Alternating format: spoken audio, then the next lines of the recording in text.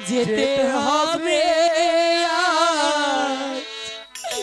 জমের ঘরে সে আলোকে স্নান করিয়ে যেতে হবে জমের ঘরে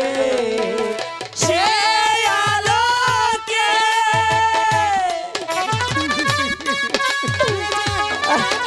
নিয়ে যান এখান থেকে।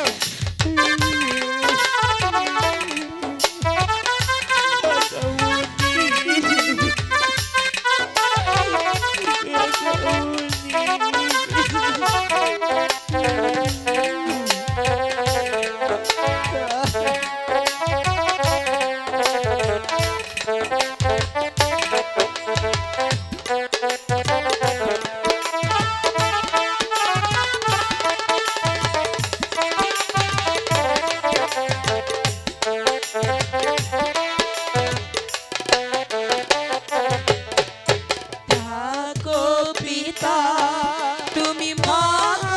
সুখে আমরা দুভাই যাচ্ছি চলে থাকো মাতা তুমি সুখে আমরা দুভাই যাচ্ছি চলে